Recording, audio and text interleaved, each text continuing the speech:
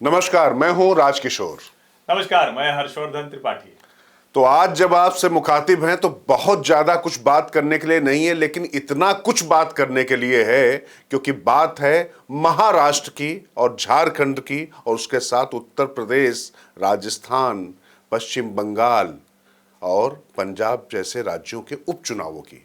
और बात लेकिन सबसे ज्यादा होगी महाराष्ट्र की, क्योंकि महाराष्ट्र ने जो किया है हर्षवर्धन, वो अपने आप में अभूतपूर्व किया है, इतिहास रच दिया है। और दिल्ली में अगर नरेंद्र, तो महाराष्ट्र में देवेंद्र, कम से कम जनता ने मैंडेट दे दिया। क्या कहेंगे हर्षवर्धन? नहीं, मैं तो पहले कहूँगा, उससे पहले आपको बहुत ढेर सारी शुभकामनाएं जन्मदिन की। ऐसे ही राज की बात चलती रहे, बुलंदी बनी रहे। और जिसको कहते हैं ना कि हम लोग ढेर सारे ऐसे शोज तो करें ही, इससे इतर भी राज की बात वो पता चलती रहे। तो सबसे पहले आपको जन्मदिन की बहुत शुभकामनाएं। और देखिए, महाराष्ट्र की राजनीति पर तो मुझे लगता है कि, और आज इसीलिए हम लोग कोई अलग से विषयों की बात नहीं कर रहे हैं कि किन किन विषयों पर बात करें, क्योंकि वैसे ही भारत में चुनाव पर्व होते हैं और एक साथ पर्व इतना बड़ा हो जाए तो फिर उससे बड़ी चर्चा क्या होगी। मुझे लगता है कि देवेंद्र फडणवीस की चर्चा भारतीय राजनीति में, जिसको कहते हैं, थोड़ा कम हुई। बिल्कुल। और मुझे लगता है सबसे अंडर एस्टिमेटेड प्लेयर सबसे अंडर एस्टिमेटेड प्लेयर। आपको शरद पवार, पता नहीं कौन से लोग थे जो चाणक्य बोल दिया करते थे। मतलब थोड़ा तो सोचना चाहिए। उद्धव ठाकरे को, अरे बाला साहब ठाकरे की विरासत संभाल रहे हैं। कुछ लोग तो यहां तक थे कि अजीत पवार को भी बड़ा बना देते थे, लेकिन देवेंद्र फडणवीस की बात नहीं करते थे। मुझे लगता है भारतीय राजनीति में, भारतीय जनता पार्टी की राजनीति में नेतृत्व का एक नया पैरामीटर सेट हुआ है। बिल्कुल। जिस तरह से देवेंद्र फडणवीस 5 साल मुख्यमंत्री रहे, और महाराष्ट्र की राजनीति में कम लोग जानते हैं कि भैया जो क्या नाम है उनका, वो अरे जो कहते हैं बहुत बड़े 5 जिला वाले नेता, शरद पवार जी, जिनका अमित शाह ने धनानंद बना दिया, तो चाणक्य का धनानंद बना दिया। ठीक बात। तो 5 जिले वाले नेता की कभी भी 5 साल की सरकार नहीं चली। फिर से दोहरा रहा हूं, 5 जिले वाले नेता की 5 साल मुख्यमंत्री रहने की नौबत नहीं आई। मतलब 5 सांसद और 50 से कम विधायक। बिल्कुल। और उसके आधार पर पूरे देश के चाणक्य बने घूम रहे थे। बिल्कुल। और देवेंद्र फडणवीस जो 5 वर्षों तक मुख्यमंत्री रहे, जिन्होंने महाराष्ट्र का, मुंबई का, नागपुर का, पुणे का, ठाणे का जो विकास की राजनीति का अध्याय था, उसको एकदम नए सिरे से लिखा। वो देवेंद्र फडणवीस, जिनको राजनीतिक सहूलियत और राजनीतिक मजबूरियों की वजह से मुख्यमंत्री से उप मुख्यमंत्री बनना पड़ा। बिल्कुल।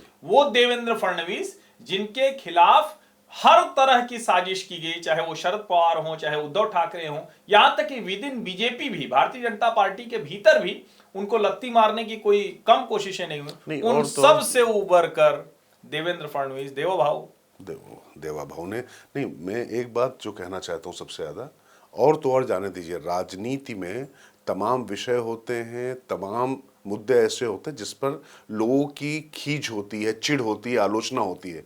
लेकिन आप याद करिए कि देवेंद्र फडणवीस वो शख्सियत है जिनकी पत्नी तक को नहीं छोड़ा गया। मैं ये चर्चा नहीं करना चाहता, और लेकिन कुछ बहुत अप्रिय चीज़ें होती हैं। ट्रोल आर्मी की तो बात जाने दीजिए, बड़े बड़े नेताओं ने किस तरीके से इस चीज़ को बढ़ाया। मतलब आज की तारीख में हिंदुस्तान में अगर कोई सेल्फ डिपेंडेंट, अगर कोई स्त्री है और उसका पति भी बड़ा आदमी है, तो उसको लेकर भी आप किस तरीके का भाव रखते हैं। लेकिन उसके बावजूद देवेंद्र फडणवीस ने लगातार प्रगतिवाद, असली प्रगतिवाद, प्रगतिशील वाला नहीं, ये ध्यान रखिएगा, असली प्रगतिवाद वाली राजनीति की, और संघ की पृष्ठभूमि से जुड़े रहकर कैसे पूरी तरीके से महाराष्ट्र को आधुनिकता के साथ में लॉन्च किया जा सके, ये पूरे प्रयास किए। और अनुशासन की तो पराकाष्ठा है भाई।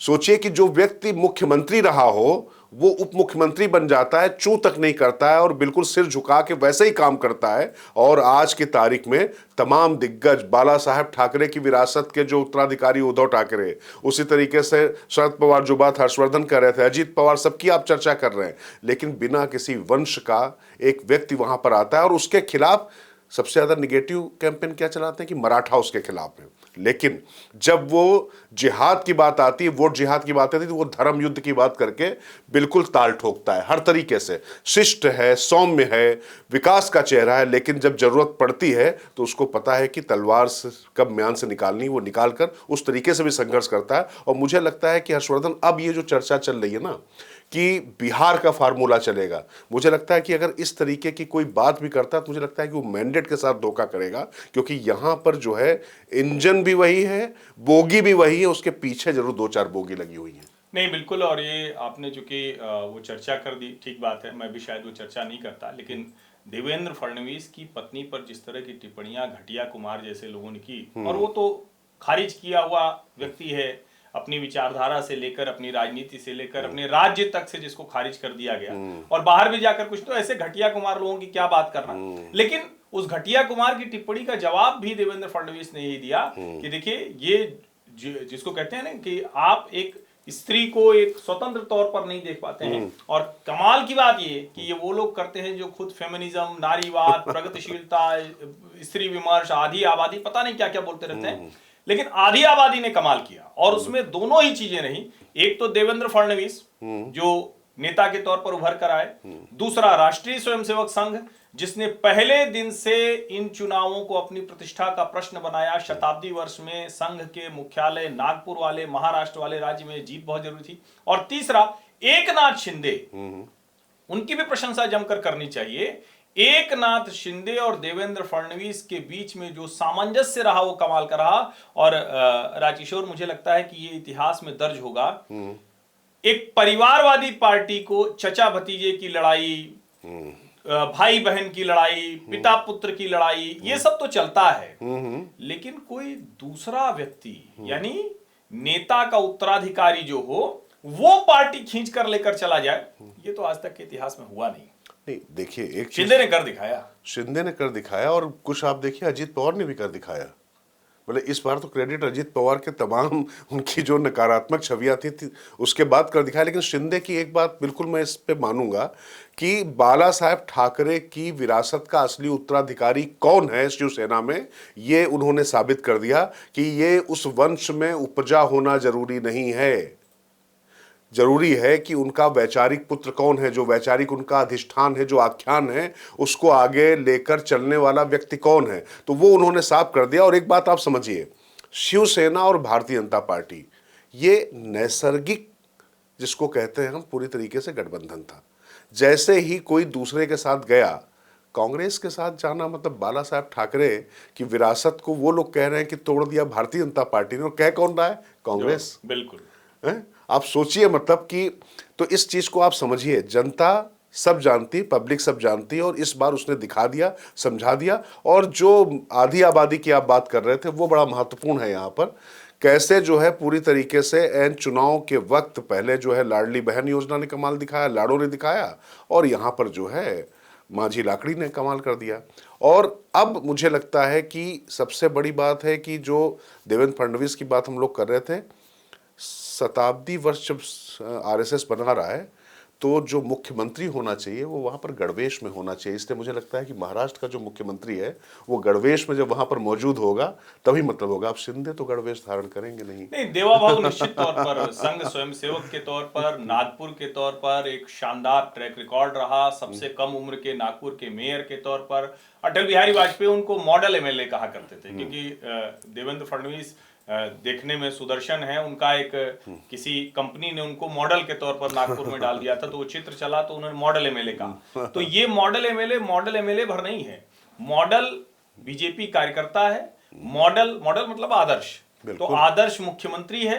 तो मुझे लगता है कि सबसे बड़ा और सबसे बेहतर दावा उनका बनता है। और देखिए, जब वो 105 पर थे तब भी उन्होंने सत्ता छोड़ दी थी, बिल्कुल, और अब 132 पर है। तो अब मुझे लगता है कि एकनाथ शिंदे को भी आगे बढ़कर कहना चाहिए, और मुझे नहीं लगता कि कोई बहुत दिक्कत है वो अगर उप मुख्यमंत्री हो जाए। लेकिन अगर किसी तरह के राजनीतिक समीकरण की वजह से देवेंद्र फडणवीस को मुख्यमंत्री भारतीय जनता पार्टी नहीं बनाना चाहती है, नहीं बना पाती है, कोई अंदरूनी, कोई राजनीतिक, कोई सामाजिक समीकरण हो, तो देवेंद्र फडणवीस से बेहतर राष्ट्रीय अध्यक्ष के लिए कोई चेहरा भारतीय जनता पार्टी के पास नहीं। मैं लगातार इस बात को कहता रहा हूं, फिर से आज दोहरा रहा हूं, भारतीय जनता पार्टी को अपने वैचारिक अधिष्ठान को मजबूत करना है तो देवेंद्र फडणवीस जैसा नेता ही चाहिए। नहीं, देखिए, एक बात तो बिल्कुल तय है कि नरेंद्र अब उनको देवेंद्र को महाराष्ट्र में रखेंगे या दिल्ली बुलाएंगे, इन दो में से कोई पॉसिबिलिटी नजर नहीं आती। लेकिन मैं फिर कह रहा हूं हर्षवर्धन, मुझे ऐसा लगता है कि जिस तरीके का मैंडेट आया है, ये सबसे 124 इससे पहले सबसे ज्यादा थी, 132 पर आए हो आप। तो ये अगर आप वहां पर इस समय नहीं करते हैं, देवा भाऊ को इस समय आप नहीं बनाते हैं, तो मुझे लगता है कि आप वही गलती कर रहे हैं। लंबा समय आपको लग गया बिहार में, अपनी जमीन आप लगातार खोते के अभी भी नहीं कर पाए। तो मुझे लगता नहीं कि ये करना चाहिए, क्योंकि जो एक चीज तो समझ में आ गई, एक है तो सेफ है, ये जो पूरा 17 सूत्री उलेमाओं की मांगे और जिस तरीके से जो हिंदवी स्वराज वाली जो बात थी, वो भारतीय जनता पार्टी ही उसकी असली उत्तराधिकारी है, और उसके साथ में जो शिवसेना है वही असली हिंदुत्व की संवाहक है। कम से कम इस वैचारिक, मुझे लगता है कि अधिष्ठान में, इसके आख्यान में कोई दिक्कत मुझे नजर आती नहीं। नहीं, कोई दिक्कत नहीं। लेकिन कई बार मैं इसीलिए कह रहा हूं ना कि निश्चित तौर पर चूंकि अभी राष्ट्रीय अध्यक्ष का भी चुनाव होना, और राष्ट्रीय अध्यक्ष कोई खांटी संगठन का हो, जैसे मैं अपनी भाषा में कहता हूं कि जो 3 साल तक सरकार की तरफ पैर करके सोए, मुंह भी न करे, तो ऐसा व्यक्ति हो। और देवेंद्र फडणवीस ने वो करके दिखाया।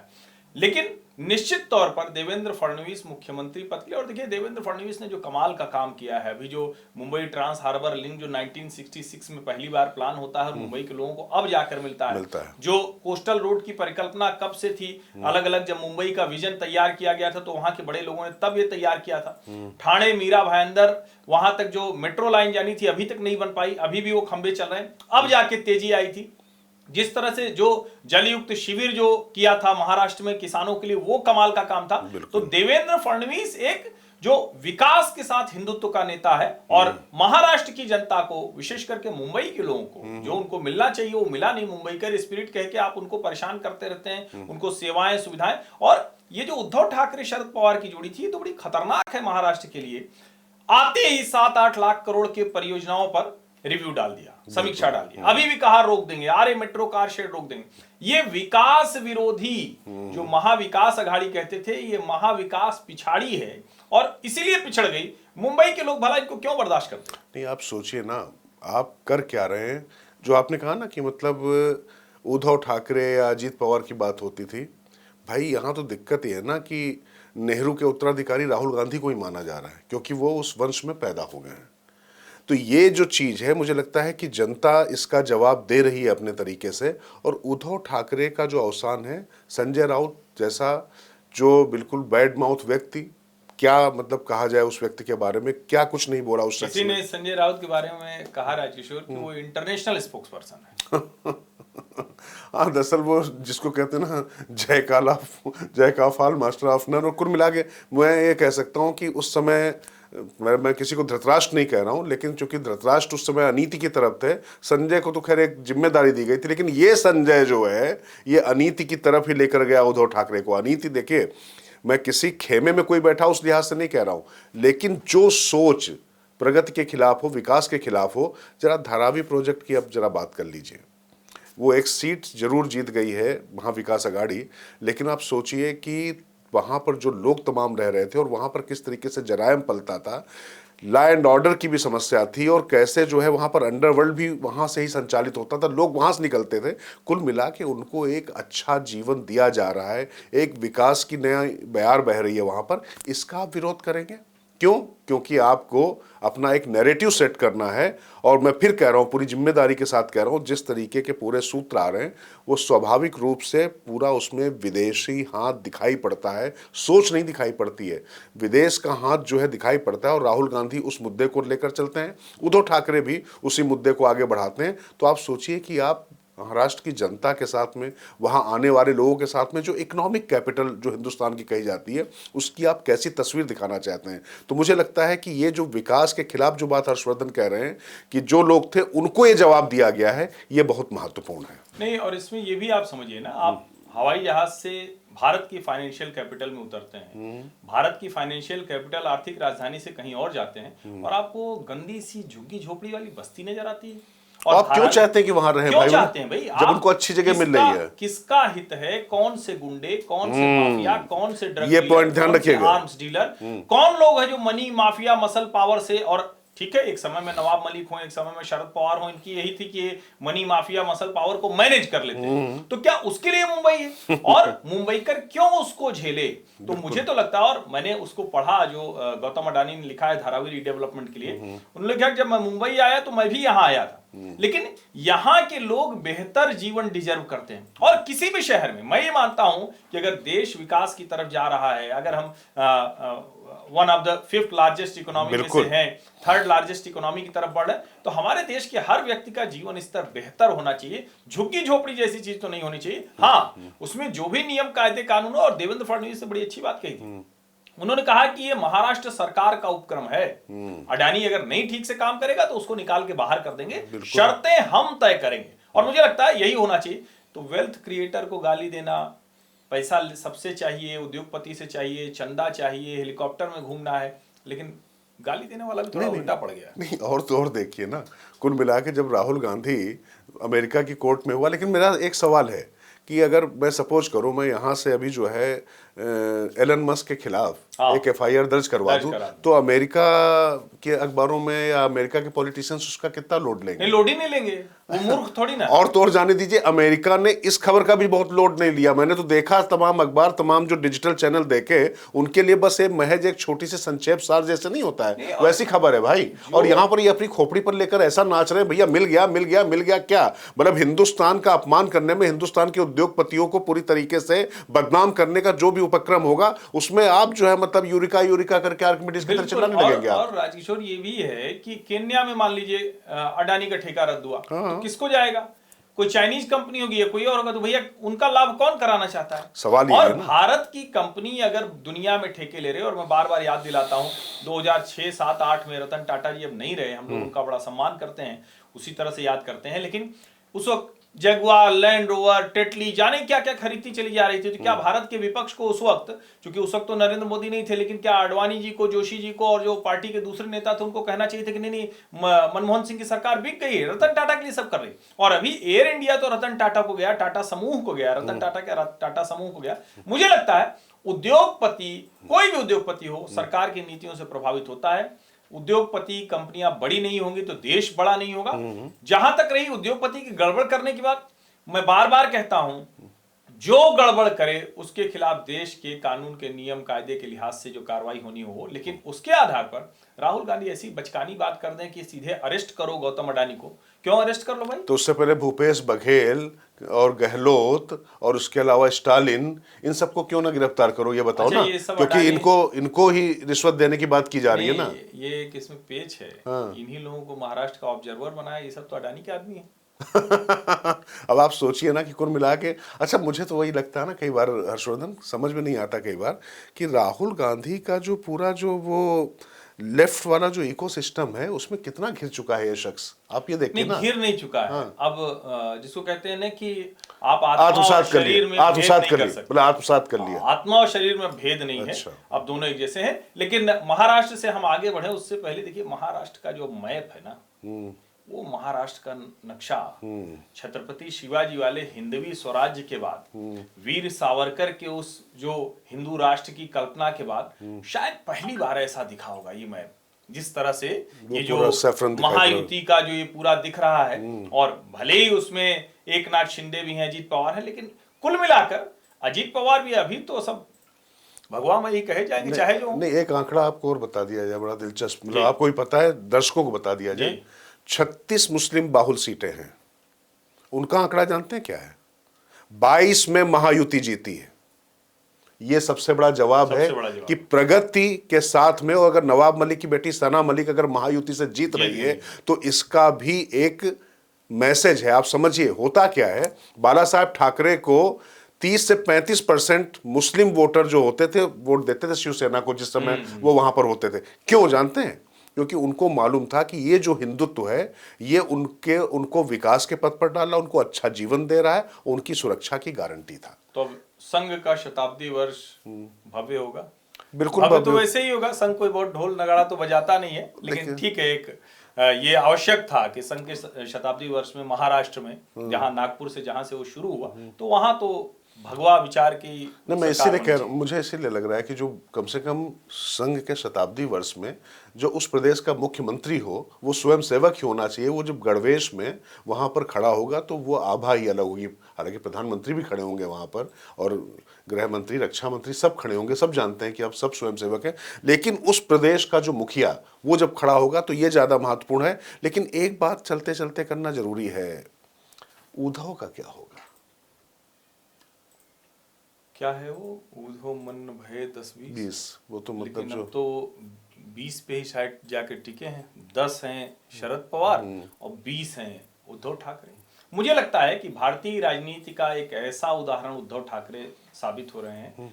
अनमने से आए थे, नेता कभी थे नहीं, जबरदस्ती धक्का देके उनको बिठाया गया। मुख्यमंत्री के तौर पर वो फेसबुक पोस्ट से, फेसबुक लाइव से सरकार चलाते रहे, उनके नीचे से सरकार निकल गई। इतना अकर्मण्य मुख्यमंत्री महाराष्ट्र की राजनीति में तो नहीं दिखा। मुझे लगता है ये एक तरह से उनकी जो गति होनी चाहिए थी उस तरफ पहुंच गए। बिल्कुल। एक चीज आप समझ लीजिए कि आप किसी भी विरासत से आते हो, कितने भी मतलब आप बड़े परिवार से आते हो, लेकिन कुल मिला के जनता के बीच में जाके आपको कुछ जवाब देने पड़ते हैं। और लोकसभा चुनाव के नतीजों से जो लोग ये नतीजे देखने की कोशिश कर रहे थे, थोड़ा मुझे लगता है कि उनको अपने चश्मे का नंबर बदलना चाहिए, क्योंकि यहाँ पल पल चीज़ें बदलती हैं, समीकरण बदलते हैं। और उसके कारण क्या थे? क्योंकि उस समय संघ का साइलेंट होना आपके पक्ष में चला गया, लेकिन इसका मतलब ये नहीं है कि वाकई महायुति कमजोर हो गई थी। अब थोड़ा सा झारखंड पे भी चर्चा वोट करें। जिहादिस्ट और एनार्किस्ट को महाराष्ट्र में तो हरा दिया, घुसपैठिया क्यों नहीं हारे झारखंड में? हाँ, बात वही नहीं। देखिए, मुझे लगता है कि यहाँ पर हर्षवर्धन सबसे इंपॉर्टेंट चीज जानते हैं क्या है?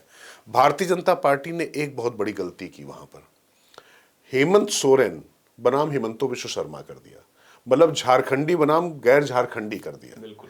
वहां पर आपके जो नेता थे, ट्राइबल नेता, अर्जुन मुंडा से लेकर आपने वैसे तो मरांडी को बना के रखा था, बाबूलाल मरांडी को चेहरा बनाया था, वो उस सीट से चुनाव नहीं लड़ना चाहते थे। आपको पता है बिल्कुल कि जो मतलब जो जनजातीय सीट जो है, आदिवासी सीट है, उससे चुनाव ही नहीं लड़ रहे थे वो। तो आप सोचिए कि ये आपके आदिवासी नेता थे। और फिर मैं कह रहा हूं कि प्रधानमंत्री नरेंद्र मोदी का चेहरा चमत्कारिक है, उनके नाम पर बहुत कुछ भारतीय जनता पार्टी ने किया है, कर रही है।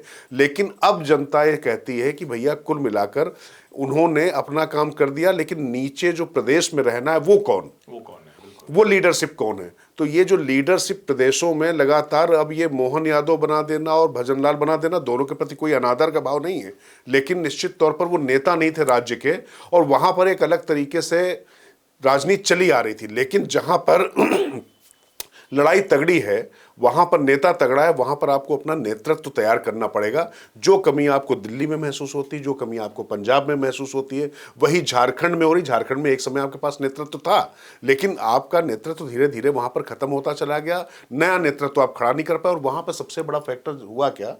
जिस आजसू के सुदेश महतो को आप लेकर आए, वहां पर जो टाइगर था जयराम महतो ने पूरे समीकरण बदल दिए। और कुर्मी वोटर जो लगातार पहले यूपी में, फिर अब झारखंड में, वो भारतीय जनता पार्टी के लिए बहुत घातक साबित हुआ है। तो लोग आदिवासी वोटरों की बात कर रहे हैं, लेकिन आप समझ लीजिए ये खेल ज्यादा जो हुआ है वो कुर्मी वोटरों का हुआ है। अब ये आप सोचिए कि आपकी राजनीति क्या है कि नीतीश कुमार को आप कुर्मी नेता होने के नाते भी उनको काफी प्रोजेक्ट करते हैं, सब करते हैं, लेकिन ये वर्ग जो भारतीय जनता पार्टी के साथ आया था वो किस तरफ कैसे जा रहा है, ये मुझे लगता है भारतीय जनता पार्टी की आत्महत्या जरूरत है। 3-4 बातें हैं। तो एक ठीक बात है कि एक आदिवासी नेता बढ़िया चाहिए, क्योंकि आदिवासी नेता भी आदिवासी सीट से नहीं लड़ना चाहते थे। चंपाई सोरेन, सीता सोरेन, इन सब का आना कोई बहुत काम नहीं कर पाया। उनका बेटा भी हार गया, शायद सिर्फ चंपाई जीते। तो ये भी एक बात रही, सीता सोरेन भी हार गई।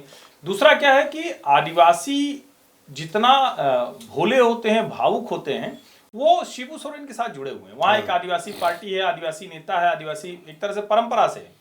महाराष्ट्र, मध्य प्रदेश, गुजरात, उड़ीसा, छत्तीसगढ़, यहां कोई ऐसी पार्टी, ऐसा नेता नहीं था। तो भाजपा ने उन्हीं के बल पर सत्ता हासिल कर ली, उन्हीं के बल पर क्लीन स्वीप कर दिया। अब एक जयराम महतो फैक्टर है, लेकिन एक बात की चर्चा और होनी चाहिए, ठीक है, हेमंत और हिमंता, ये तो भाजपा को हर जगह सोचना होगा कि किसी वहां के नेता के खिलाफ आप बाहर के नेता को लगाएं, और वैसे भी प्रभारी सह प्रभारी की इतनी भूमिका क्या होनी चाहिए क्या, इस पे भी भाजपा जरा सोचे। हेमंत विश्व शर्मा अपने यहाँ बड़े शानदार नेता हैं, उपचुनाव में सभी सीटें जिता ली, नॉर्थ ईस्ट में उन्होंने चमत्कार किया, कमाल किया, इसमें कोई लेकिन ऐसे दूसरे राज्य में ये भूमिका ये सोचना चाहिए कि देना चाहिए नहीं देना चाहिए। लेकिन एक बात जरूर मैं कहूंगा, देखिए भाजपा ने कमाल तो वहां भी किया है, झारखंड मुक्ति मोर्चा से लगभग 10% अधिक मत उनको मिले, तो ऐसा नहीं है, तो कुछ चीजें हैं जो वहां गड़बड़ है, जो चीजें उसको ठीक करनी है, और मुझे लगता है कि भारतीय जनता पार्टी फीडबैक से, करेक्शन से वो सबसे तेजी से अपने आप को सुधार करती है, तो हम उम्मीद करते हैं कि आगे करेंगे। लेकिन अब महाराष्ट्र झारखंड के बाद नहीं, इसमें बस झारखंड में एक पॉइंट और मुझे लगता है कि जो हेमंत सोरेन की गिरफ्तारी थी, वो बैकफायर कर गई, और साथ में ये जो कल्पनातीत रिजल्ट आया ना, तो इस कल्पनातीत रिजल्ट के पीछे कल्पना नीत हो गया, कल्पना नेता के रूप में उभर कर आ गई, और आदिवासियों को लगा अच्छा हमारे भैया तो चले गए थे जेल में, लेकिन एक उनकी जो स्त्री है वो एक संभाल लिया, तो अच्छा मैया योजना को आप दरकिनार नहीं कर सकते। नहीं, ये तो देखिए, ये मैया ने कमाल किया है। माझी लाडकी बहन और मैया सम्मान योजना, ये दोनों है। हालांकि अब आपने कह दिया तो थोड़ा सा मैं अपनी पीड़ा भी बता दूं, फ्रीबीज पॉलिटिक्स का ही तो रूप है, देखिए, ठीक नहीं है। पर अब जानते हैं हर्षवर्धन, मैं इस पे इसलिए चर्चा, मैं पहले आपके साथ कई बार चर्चा कर चुका हूं, लेकिन अब ये बेमानी इसलिए लगता है, जानते हैं क्यों लगता है? लोगों को ये दिखाई पड़ने लगा है कि भाई एक विधायक, एक नेता, एक मंत्री आज से 10 साल पहले वो स्कूटर पे बिना स्टेपनी के पीछे घूमकर चलता हुआ चला आता था, उसके बाद जब वो डिफेंडर या लैंड रोवर से उतरता है 5-7 साल बाद, तो लोगों को लगता है कि भैया हमको तो जो मिल रहा है वो हम ले लें। अच्छा भैया, देश का भला सोचना सिर्फ उस वोटर का काम न थोड़ी है, जिसको वो वोट दे रहा है वो भी तो कुछ ऐसे आदर्श प्रस्तुत करें, वो भी तो कुछ ऐसी चीजें करें। मतलब ये मैं कह रहा हूं, लाइन में थोड़ा सा और जिसको कहें कि बोल्ड में कर देता हूं। राजकिशोर कह रहे हैं कि नेता कैसा दिखेगा, अगर उसके जीवन में शुचिता, सादगी दिखेगी, बिल्कुल, तब वो मुफ्तहुआ राजनीति को खत्म कर पाएगा। अगर वहां दिख रहा है कि धन, वैभव, ऐश्वर्य, दमक चमक रहा है, बरस रहा है, और जनता से आप कहेंगे कि तुम 1000-2000 महीना भी न लो, तो ये नहीं चलेगा। लेकिन इसके बावजूद मेरा मानना है कि इस पर रोक लगनी चाहिए। प्रधानमंत्री नरेंद्र मोदी ने इसको लंबे समय तक रोक कर रखा, अब भारतीय जनता पार्टी भी इसी के दुष्चक्र में। लेकिन ठीक है, चलिए अब इससे आगे बढ़ते हैं। आगे बढ़ने से आपको बता दें, दिल्ली में मुझे लग रहा है कि अब जल्दी पड़ जाएगा ये। नहीं, वो तो रेवड़ी पर चर्चा कर रहे हैं अरविंद केजरीवाल। देखिए, अरविंद केजरीवाल ना तो वो दम ठोक के नेता है, चलिए उसी पे आ जाते हैं। और अरविंद केजरीवाल की पार्टी ने पंजाब में भी दिखा दिया कि उनको कितना दम है, तो रेवड़ी पॉलिटिक्स वो करेंगे, सीना ठोक कर करेंगे। अब इसका दूसरी पार्टियां करें, और देखिए जनता जिस पर भरोसा करती है वो कर लेती है। अब पंजाब में आम आदमी पार्टी पर किया, पश्चिम बंगाल में ममता पर किया, असम में हेमंता विश्व शर्मा पर किया, और देखिए आप अभी कह रहे थे कि भजन लाल शर्मा का भी आपने नाम लिया। हालांकि उपचुनाव मध्य प्रदेश में तो हार गई भाजपा, लेकिन वहां बहुत शानदार किया है भजन लाल शर्मा। अंडर एस्टिमेटेड रहे, शानदार तरीके से जीत हासिल की है। और कई बार हमें ये भी लगता है ना, ऐसे ही शिवराज सिंह चौहान हुआ करते थे, जैसे आज भजन लाल दिखते हैं, ऐसे शिवराज सिंह चौहान हुआ करते थे जब उनको सत्ता मिली थी। बड़े एकदम भोले भाले, विनम्र से, राजनीति नहीं आती, बस संगठन जानते। तो हम नहीं जानते, मैं ये नहीं जानता हूं कि भजन लाल शर्मा जी का आगे क्या राजनीतिक भविष्य होगा, लेकिन बड़ी शानदार सफलता राजस्थान में जीती है। लेकिन भैया सब उपचुनाव एक तरफ, यूपी हमारा यूपी एक तरफ, हमारा यूपी एक तरफ। कुंदरखी में क्या हो गया? अब देखिए, मतलब मैं और किसी जगह के लिए बात ही नहीं करूंगा, सिर्फ कुंदरखी की बात करूंगा। नहीं, हमने, आपको ध्यान में होगा, इसी शो में हमने कहा था, और मेरा अपना अनुमान था कि 5-4 होगा भाजपा के पक्ष में। हम लगातार ये बात कहते रहे, टीवी चैनलों पर भी कहते रहे। 7-2 हमको लगा चलो 6-3 हो जाएगा, लेकिन 7-2, वो भी कुंदरकी, और वो भी कुंदरकी।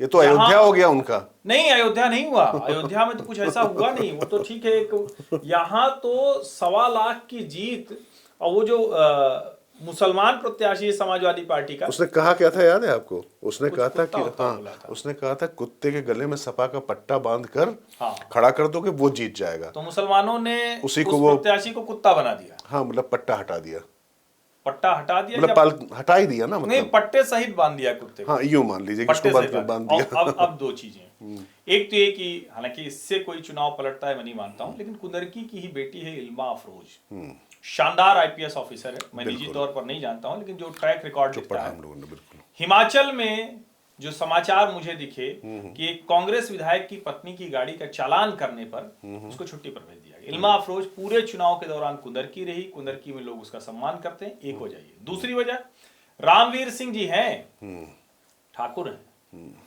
और योगी जी ने कहा कि लोगों को धर्म जाति नहीं याद रही, गोत्र याद रहा। हाँ, वो जो तो जितने तुर्क 88,000, 77,000 सैयद, वो सारे धर्मांतरित हैं क्षत्रिय से। तो जितने राजपूत कन्वर्टेड ठाकुर थे उनको दिख गया भगवा में योगी आदित्यनाथ, और वो हमेशा वो दिखाई टोपी भी लगाते हैं, सब कुछ करते हैं, रामवीर जी टोपी भी लगाते हैं, अच्छे लगते भी हैं उसमें जो है। और बेचारे 3 बार से हार रहे थे, इस बार जीत गए। लेकिन इसका मतलब क्या हुआ?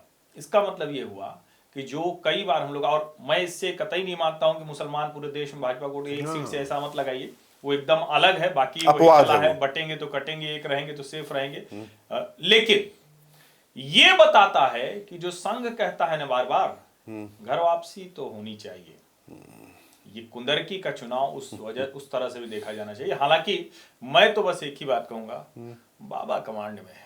हाँ, नहीं, बाबा ने कमाल किया। आप ये देख लीजिए कि सीसामऊ सीट को छोड़ दीजिए, और सीसामऊ भी लोग कह रहे हैं कि अगर वो कौन हो, पचौरी जी की बिटिया को अगर टिकट मिल गया होता। नहीं, ये तो सुरेश अवस्थी जिसको टिकट दिया। अब दिक्कत है कि उसको पता नहीं एक कंसिस्टेंटली नहीं, हारने के लिए कंसिस्टेंटली दे रहे हैं, तीसरी बार हारा। सुरेश अवस्थी के साथ दिक्कत ये है वहां पर कि उसको कोई भारतीय जनता पार्टी में भी नेता मानने को तैयार नहीं है, क्योंकि मेरा शहर है, इसीलिए मैं कह रहा हूं मेरा शहर। अच्छा, पहले आपने दे दिया एक रमेश अवस्थी, वो कोई पत्रकार था, उसको आप लेके चले आए वहां पर। अब उसके बाद दूसरा बना दिया आपके लोगों ने, लेकिन 10,000 से जो लाख 1.5 लाख से जो बनना चाहिए था, वो कितना कम अंतर से बना, वो देखिए। तो एक अवस्थी को तो बना दिया, टिकट किसी को दिया, लेकिन जब दूसरे अवस्थी को दिया तो निपटा दिया। तो जनता तो ऐसे ही सोचती है। लेकिन मुझे लगता है कि योगी आदित्यनाथ फुल कमांड पे। कल देखिए भाजपा के उत्तर प्रदेश कार्यालय से तस्वीर बड़ी अच्छी है। केशव जी मिठाई खिला रहे हैं योगी जी को, योगी जी केशव जी को, ब्रजेश पाठक बैठे हुए हैं, भूपेंद्र चौधरी बैठे हुए हैं, भूपेंद्र चौधरी हाथ पकड़ के कह रहे हैं आ गया हो। सब देखिए बढ़िया चित्र है ये। मतलब देखिए आप लोग किस तरह के चित्र कल भाजपा कार्यालय से आए हैं, ये सारे बड़े कमाल के हैं। और मुझे लगता है कि अब उस चर्चा को भी फिलहाल पूरी तरह से विराम मान लें। ये जो रोज रोज कहते थे कि कौन क्या बदलाव होगा, क्या दिल्ली लखनऊ की लड़ाई है क्या? नहीं, देखिए, मुझे लगता है कि एक चीज तो हर्षवर्धन केंद्रीय नेतृत्व को समझ में आ चुकी है कि स्थानीय स्तर पर अगर नेतृत्व को खड़ा नहीं करेंगे और उसको बड़ा नहीं होने देंगे, तो हर चीज केंद्र से संचालित नहीं हो सकती। लेकिन मैं एक बात कहूंगा, योगी आदित्यनाथ को अपने प्रशासनिक कार्यशैली में बहुत ज्यादा परिवर्तन करने पड़ेंगे।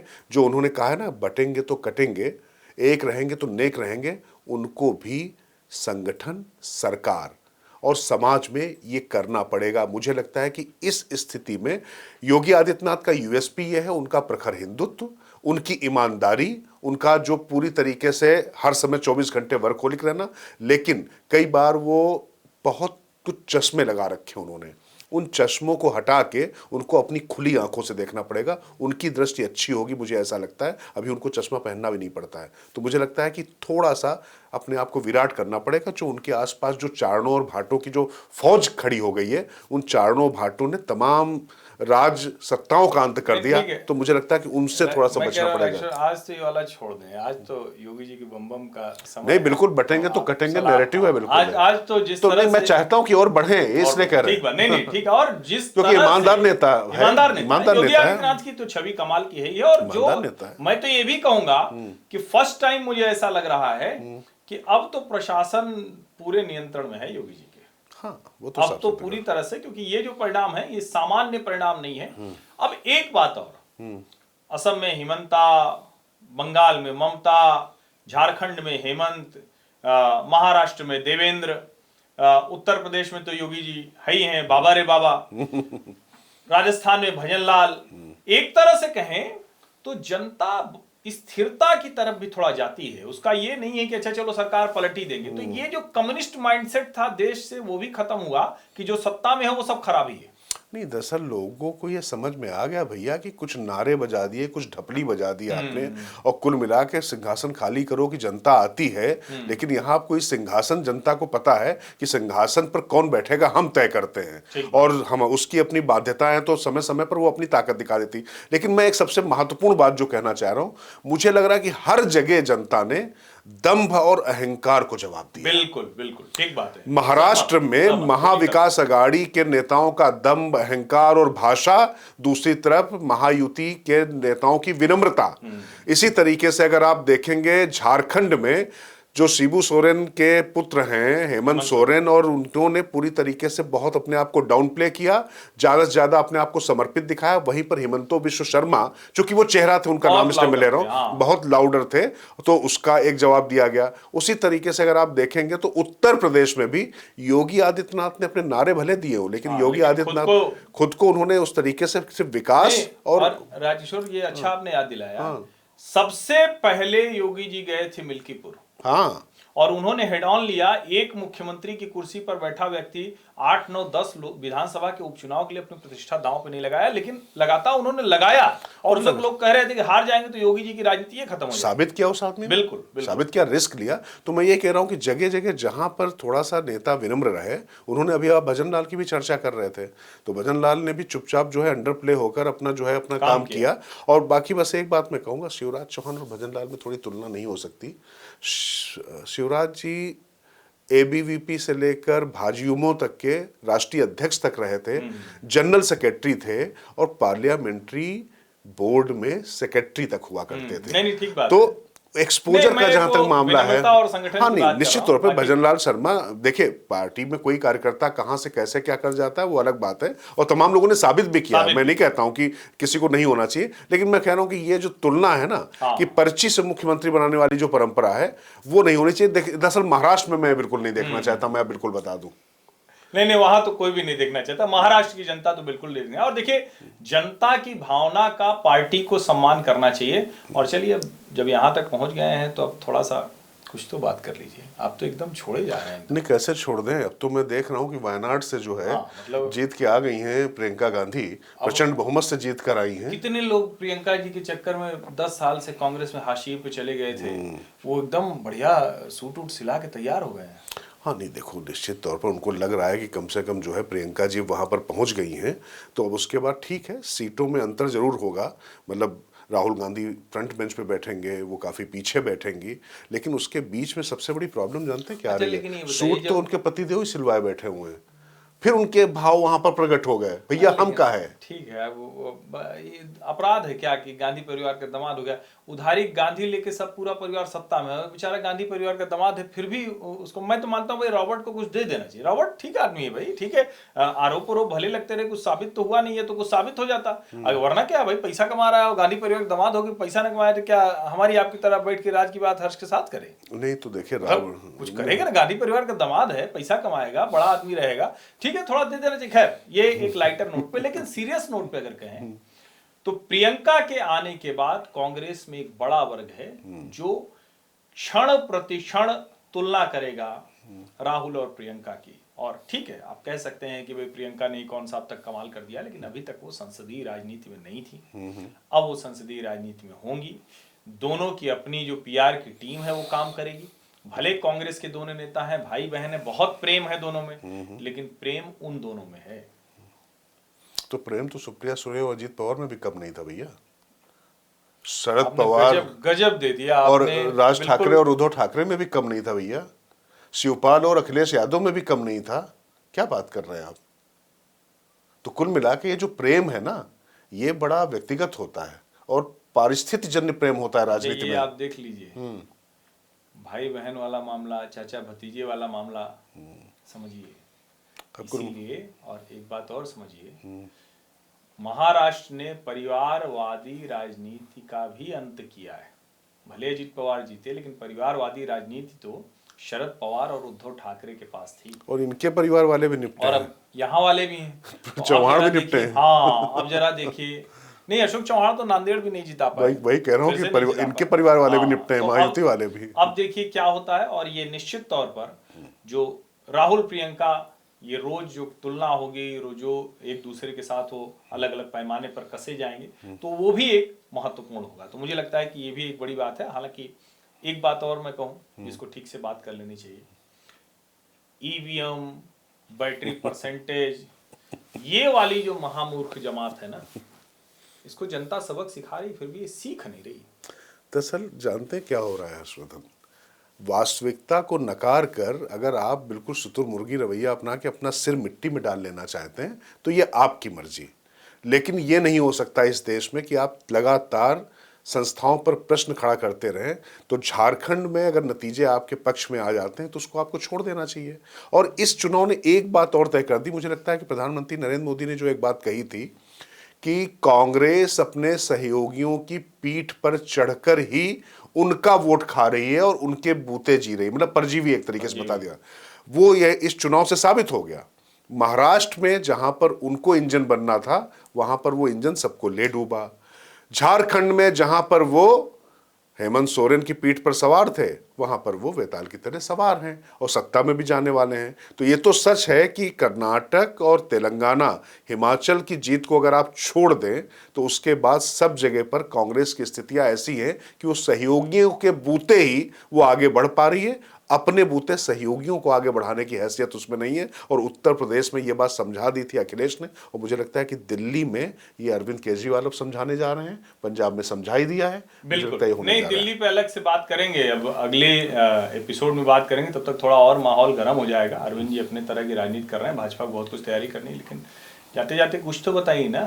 चुनाव के बाद राहुल गांधी पे आपकी टिप्पणी तो चाहिए ना। ऐसे कैसे चलेगा कि भाई ब्रांड मोदी तो इंटैक्ट है, हरियाणा ने भी दिखा दिया, जलेबी की फैक्ट्री वैक्ट्री जहां खुलनी होगी खुली होगी, बंद हुई होगी, लेकिन अब राहुल गांधी कुछ 89 हार ये भाजपा वाले चला तो रहे हैं। बस अभी शतक पूरा होने में थोड़ा समय है। अरे तो तब तक प्रियंका जी प्रतीक्षा करेंगी? नहीं, प्रियंका जी तब तक प्रतीक्षा करें ना करें, लेकिन मुझे लगता है कि अब शतक पूरा नहीं होने देंगे क्या आप? मतलब आप नहीं चाहते कि शतक पूरा हो? अच्छा ये बताइए, जब 20 साल की संसदीय राजनीति में जो व्यक्ति अपनी पार्टी को पूरी शतक तक नहीं पहुंचा पाया, 99 रह गया, फिर 98 99 ही तो रह किसी गया, एक जगह तो पहुंचा पाएगा, अब चलिए, पहुंचाने दीजिए ना। शुभकामनाएं। अब भाई बहन दोनों मिलके काम करेंगे। ठीक है। वैसे मैं आपको बता दूं, मैंने दोनों लोग के साथ काम किया और मैं फिर कह रहा हूं, व्यक्तिगत तौर पे राहुल गांधी से जब भी मेरी मुलाकात हुई, अच्छी मुलाकात हुई, अच्छी बात हुई। प्रियंका गांधी भी कम से कम व्यक्तिगत मुलाकातों में पत्रकारों से तो शिष्ट रही हैं। मैं कुछ भी पर्सनल नहीं है, मैं चूंकि कानपुर, रायबरेली, उन्नाव उस क्षेत्र से भी आता हूं तो मैं कई बार कवरेज करने भी गया हूं। लोगों को अगर ये लगता हो कि कुछ व्यक्तिगत है, नहीं।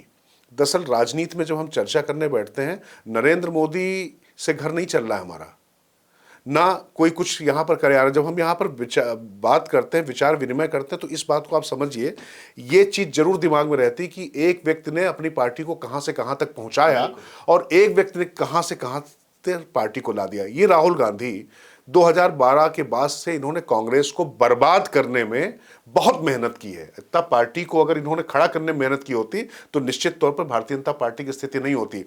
राहुल गांधी, माफ कीजिएगा, राहुल गांधी को मैं इस बात का अपराधी मानता हूं कि उन्होंने देश में मजबूत विपक्ष की जो एक नींव पड़नी चाहिए थी और जो होना चाहिए था वो नहीं होने दिया। इसके लिए जिम्मेदार सिर्फ राहुल गांधी।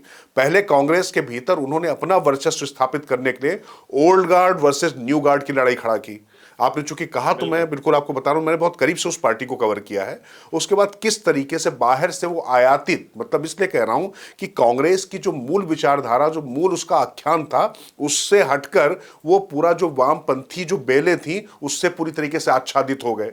वो उन्होंने जब उनको पूरी तरीके से घेर लिया तो उन्होंने अब उसको पूरी तरीके से आत्मसात कर लिया है। कांग्रेस की ये वैचारिक स्थिति थी नहीं, ये वैचारिक शून्यता कांग्रेस के पास कभी थी नहीं, जो राहुल गांधी के समय में हो गई है। वो बार बार कभी बाहर से कुछ लेकर आते हैं, कोई अगल बगल वाला कुछ करके दे देता है। तो इसलिए मुझे राहुल गांधी से कोई व्यक्तिगत दिक्कत नहीं है। मुझे मेरा क्या जा रहा है, मुझे ना भाजपा से कुछ मिल रहा है, ना कांग्रेस से कोई मेरा नुकसान हो रहा है। लेकिन दिक्कत यह है, मैं चाहता हूं कि इस देश में लोकतंत्र अगर मजबूत होना चाहिए तो कांग्रेस को भी मजबूत होना चाहिए था, लेकिन मजबूत भारतीय जनता पार्टी नहीं करेगी, हम भी नहीं करेंगे, वो उनको करना पड़ेगा। देखिए, जनता तय करेगी, और जनता को जब नहीं दिख रहा है कि किसी लायक है तो कोई क्या करे। और देखिए, अंकल सैम फिर कुछ बताएंगे। वो जो लेफ्ट लिबरल कबाल है सो कॉल्ड, वो तय करता है, वो भारत चलाएगा, वो भारत का लोकतंत्र व्याख्यायित करेगा। तो ये तो भारत की जनता नहीं होनी चाहिए, स्वीकार है, और ये होना भी नहीं चाहिए। तो यही इसी नोट पे खत्म करें। सबको शुभकामनाएं देती हूँ, और जनता जीती, जनता जनार्दन ने कमाल कर दिया। बिल्कुल। और जो कॉन्स्पिरेसी थ्योरी वाले थे, साजिशी सिद्धांत वाले, वो सब निपट गए। सबको हवाई कर दिया। ब्रिलियंट मैंडेट है। उन्होंने बताया कि जहां पर नेता, नेतृत्व और नीति है, वहां पर जनता उसके साथ में निरंतरता चाहती है। ये निरंतरता का मैंडेट है, मुझे लगता है ये ज्यादा महत्वपूर्ण है। और जो लोग अस्थिर विकसित रखना, भारत वाला मैंडेट विकसित भारत वाला मैंडेट है। बहुत बहुत बहुत धन्यवाद। नमस्कार।